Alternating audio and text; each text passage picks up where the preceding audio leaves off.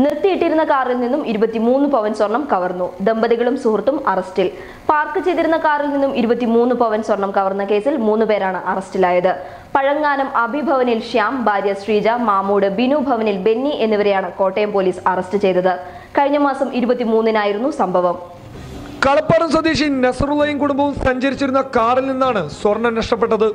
വിവാഹ ആവശ്യത്തിനായി കുടുംബസമേതം 2 കാറുകളിലായി സഞ്ചരിച്ച കുടുംബം കാർ നിർത്തി പിന്നിലെ കാറിലുണ്ടായിരുന്ന കുട്ടിയെ എടുക്കാൻ പോകുന്നതിനിടെയായിരുന്നു മോഷണം.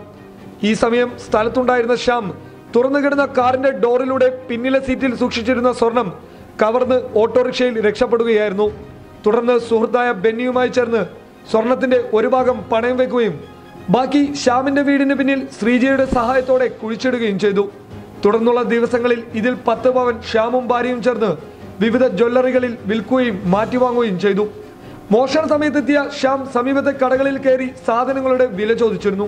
ഇതിനിടയിലാണ് സ്വർണം കവർന്ന് ഓട്ടോയിൽ രക്ഷപ്പെട്ടത്. പ്രതികളെ പിടികൂടിയതറിഞ്ഞ് നസറുള്ളയും കുടുംബവും പ്രതികളെ കാണാൻ പോലീസ് സ്റ്റേഷനിലെത്തിയിരുന്നു. News desk public Kerala.